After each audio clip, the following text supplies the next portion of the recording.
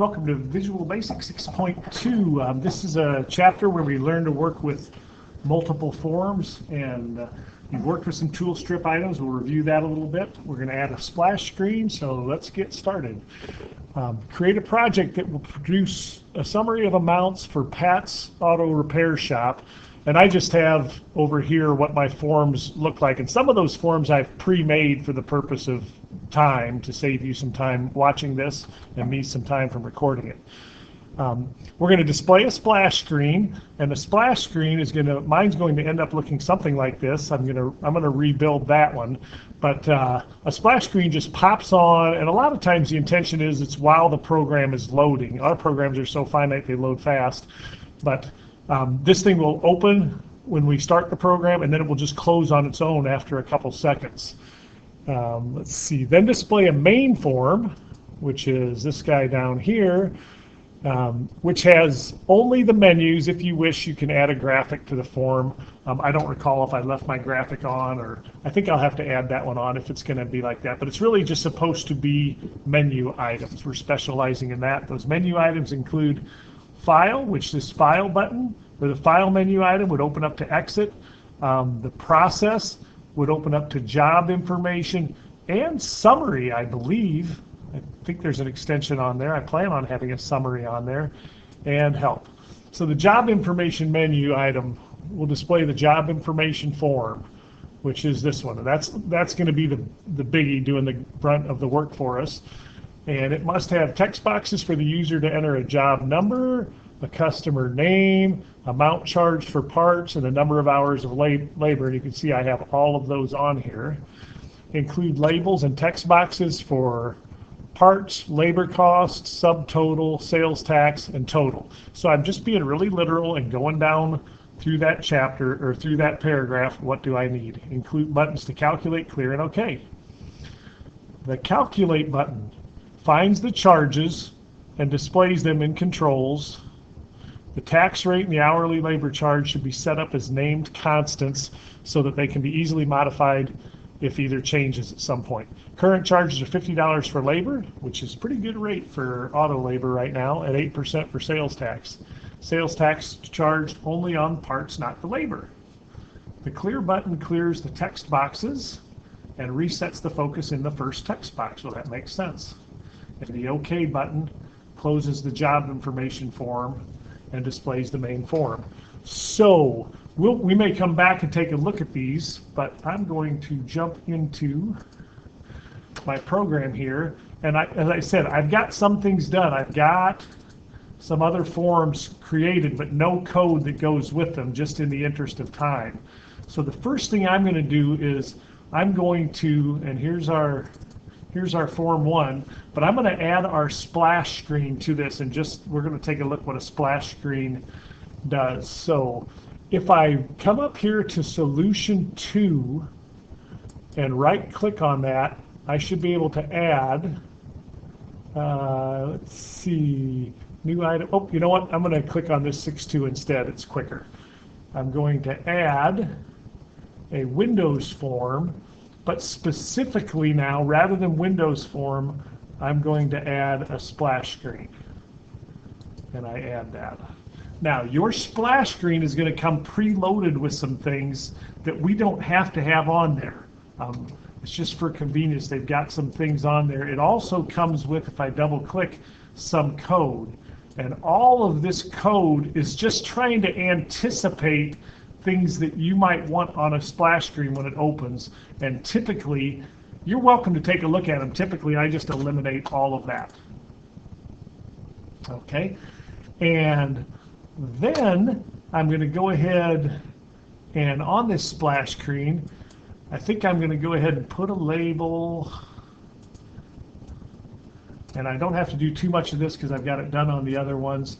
I don't need to name that label, but I'm going to change it to, what do we have? Pat's Auto Repair Shop. And just so we can see it easily on the video, I'm going to change its font. This is going to be a headache for me here. I'm going to change its font to be, let's say, How does 16 look? It could be a little bigger than that.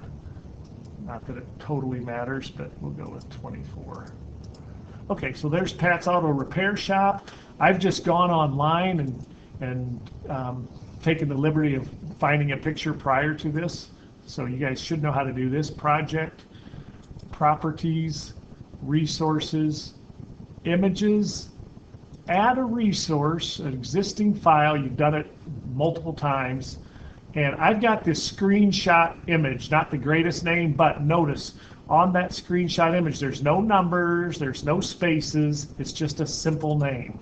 So there's my screenshot image right there. And with that, I can go back to my splash screen, design, and put in a picture box. It's just a form. Splash screen is just a form with a little property that's going to close. So I need a picture box. And I am going to choose the only image I have to choose, and I'm going to set the stretch I'm going to say OK, and I'm going to set the stretch property to stretch image. Okay, so I have that. And now I just want to show you what happens here when we run this program. So when I hit start, first time through here, hopefully all goes well.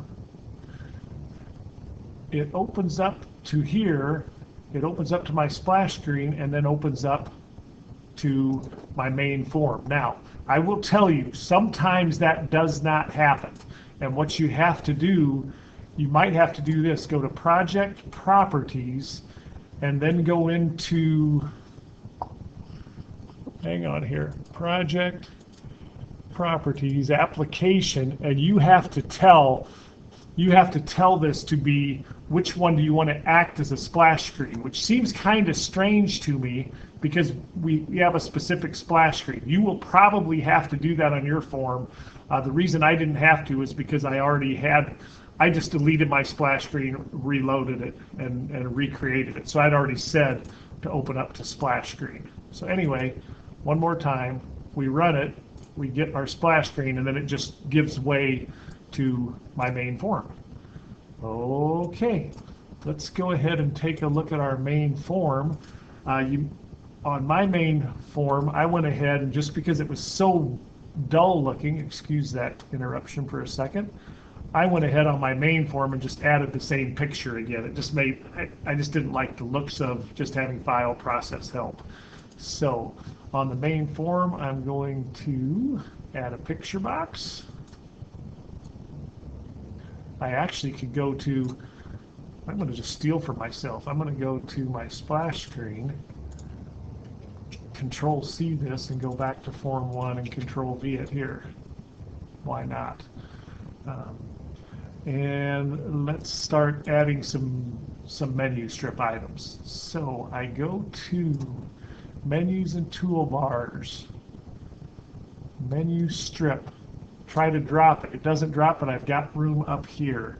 And up here is where I'm going to put File. And in the directions, it says the only thing under File we're going to have is Exit. And then I'm going to have Process. And the only thing I'm going to have here, well, actually, I'm going to have Job Information. And I'm going to have Summary. And then we have a Help button, which I'm going to handle that in here. And Help is just going to open up to About. And I'm actually just going to use a message box for that. But these other ones, I'm going to create additional forms, which I've already done some of that. Okay. So to create an additional form from here, like this job information form, you would once again right-click on my 6.2, right-click on this, and add a Windows form. So we're going to add a Windows form, and this would be our normal Windows form. I could add this guy right now, but I wouldn't be using it. I'll go ahead and add it. It gives me this Form 4, which I'm never going to use. Okay, so imagine I just added Form 2. So my Form 2 I've added, and I've taken the liberty, as I mentioned earlier, of creating this Form 2, but without code. And you'll notice I used pretty good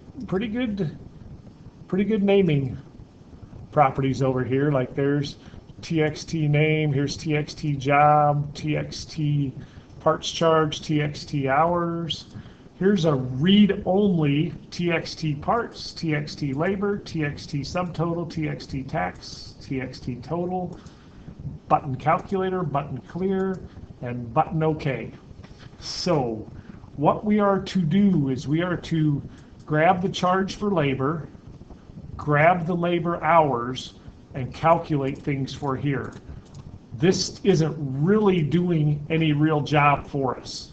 Okay, so let's take care of the easy one first. I'm going to go with OK. And when I click OK, let's see, can I get into my Form 2 VB? Here's my OK button. That's just supposed to end and close this. Okay, let's go back to Form 1 here. I know I'm jumping around a little bit. And let's change, oh, by the way, on Form 2, you will see that Form 2, I named that FRM job information. Did I have to do that? I didn't have to, but once again, it's really a good idea. So my Form 2 can be referred to as form job information. So I go back to my Form 1 VB. I go to process job information. If I double click that, I should be into code. Why won't you get me into code? I don't know, but I can get there this way. Here's job information tool strip menu, click. It's just like a button. And what I'm going to do is go form job information dot show. Let's take a look at what we have so far. I start. I get a splash screen that goes away on its own. I now have file, exit, I've got process job information, and there we go. We've got to here. If I click OK, none of these others are doing anything yet. If I click OK, I end, and we're out of the program. Do I really want the program to die at that point? So maybe I should go into, let's try this. Rather than end, let's go me.close. Me being the form we're on, and let's see how that looks. Let's go start. And there we are. And process, job information. Okay, and now that's the way I would want this to run, because I've got, I'm going to end up exiting from right here, the program. Obviously, we can exit from the corner, but we're going to exit from file exit. So let's take care of that on Form 1. I'm jumping around a lot, but hopefully you're getting a good feeling for this. So file exit, double click it, go into my code. Here's where I want to end. Okay. All right, let's go back to Form 2 and let's handle it. We'll go back, we'll take a look just a moment here what our job information form is supposed to do. The job information form, we have all the text boxes, we have all of this. We're going to include labels. For this, the calculate button is going to find the charges and display them in the controls in our text boxes. Tax rate, the tax is 8%, but only on parts, not on labor, and the labor charge is $50. So they're going to put a value in charge for parts, and all we need to do with that value is take it and transfer it to right here. We're going to grab it from them, we're going to put the parts charge right there. They don't have a list of parts that we have to total them up. All the parts charges are listed in one text box, so that's kind of convenient. So on the calculate button, I'm going to take parts charge and put it in my txt parts. So for calculate, I'm going to need a variable. Let's go dim. Let's go parts charge decimal as decimal. And then let's go parts charge decimal equals TXT. And which one was it? Parts charge dot text. And all I have to do is transfer that into TXT parts.text. And you're going to say, you could do that in one less step. I could. This is a pretty good form of doing it, parts charge decimal. Now let's see if that's working for us. So we're going to get to review this a lot. Probably already know something I should add to that. Let's go process job information. I put in parts. My parts charge is $123.45, and I calculate that, and there it is, but probably 2-string. Okay, and then we'll do that in just a moment. The next thing I'm going to do is I'm going to put in a labor's value, multiply that by 50, and put it in here. So back to Form 2 design.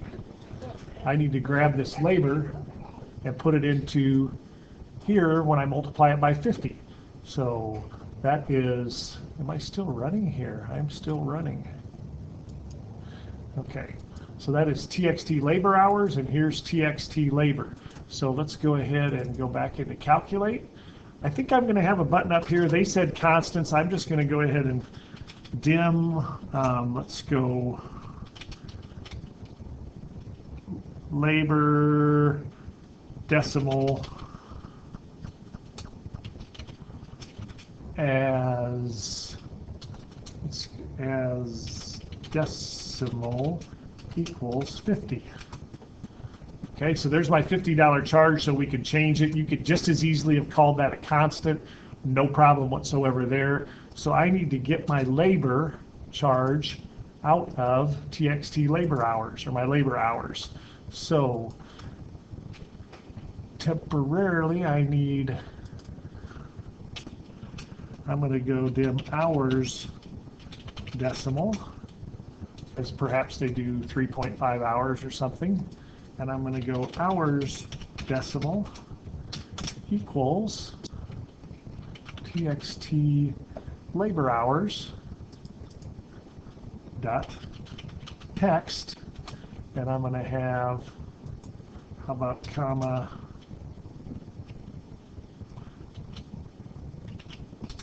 let's go labor charge decimal as decimal.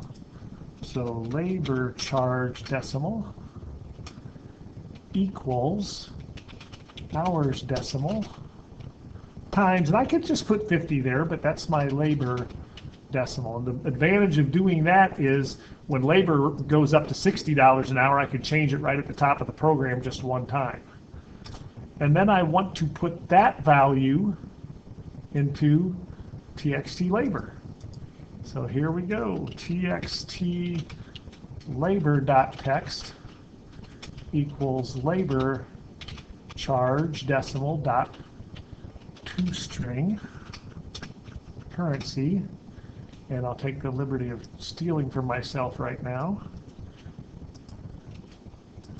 Okay, the next thing on my form I need is a subtotal. That's going to add those two together. Therefore, I'm going to dimension, comma, subtotal decimal as decimal. I'm going to find my subtotal. Subtotal decimal equals, that would be our parts charge decimal plus our labor charge decimal. And I'm going to put that in TXT, which one's there? Subtotal.text equals subtotal decimal dot toString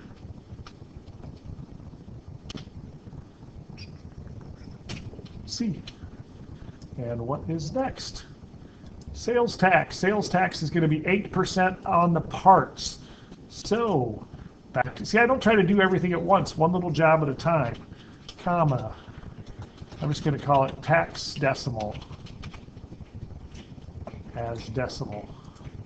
So our tax decimal equals our parts charge decimal times, whoop, I need another one of these. Damn, I don't know why I did that. It would have been just as easy to type, but I'm wishing I hadn't done that. Good. Let's go dim tax rate decimal as decimal equals 0.08 as specified. So my tax decimal is this times my tax rate decimal,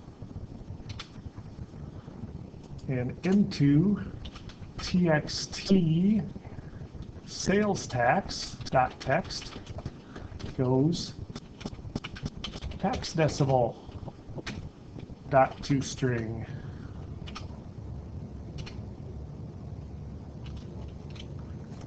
And finally is my total charge. So here we go, comma, total charge decimal as decimal, and my total charge decimal would equal my subtotal decimal plus my tax decimal. And where's that going to go? Into txt total. That text equals, could all of this possibly work in one shot? Total charge decimal dot toString. C. Oh, let's give this a shot. Let's go start. There were errors. No, oh yeah, of course there's an error right here. ToString C, I didn't have a dot in there. I bet you saw that. Of course you did, because there was red on it. There's our splash screen. If I go process job information, yeah, I could put a name here. I could put a number here. Charge for parts, let's just make it really easy, $100, which means there should be $8 tax. Our labor charge, I'm just going to make that be $500. We're going to calculate, there's $100. Oh, labor hours, that's not labor charge. Holy smokes, $500 of labor, time to get a new car. I don't have clear done yet, but let's go ahead. Let's go ahead with that. $25,000 labor is actually right. So our charge subtotal 25.1. Our tax is only the 8%, and we've got our total working, so we're in good shape there. So for clear, we're going to clear every one of these text boxes. So let's close this guy, and let's go ahead back to Form 2 design, clear, Form 2 VB. Here's clear. Anything that is a text box on this page, text box, job number, txt, enter, txt, enter, txt, whoops, let's do that again, start again, txt, name, txt parts, txt parts charge, txt, see, that's one of the benefits of naming everything with the same starting values. TXT subtotal and TXT total. All of those are going to be dot clear. So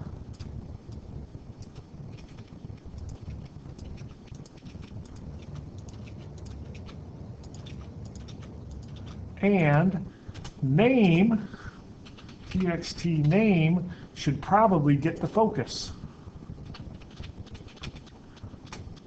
Let's check our clear button. Gotta wait for our splash screen.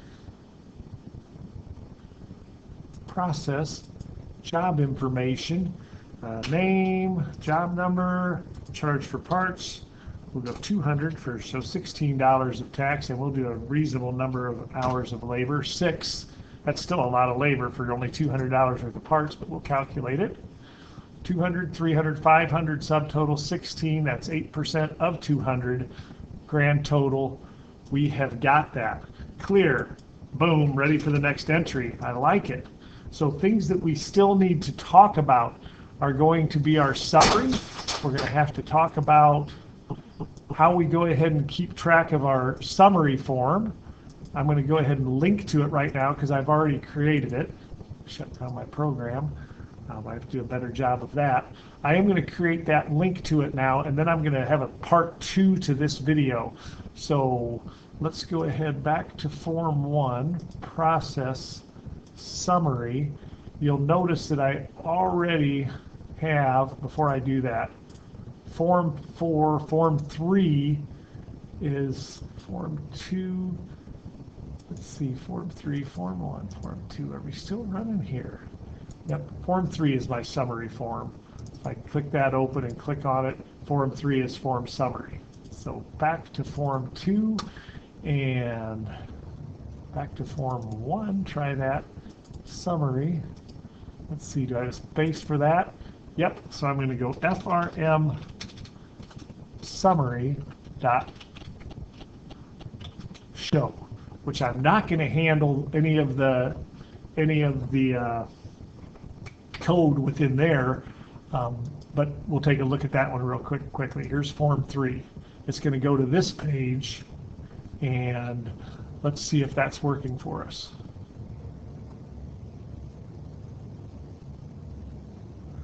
Here we go. Process job information. Great. Okay, we close.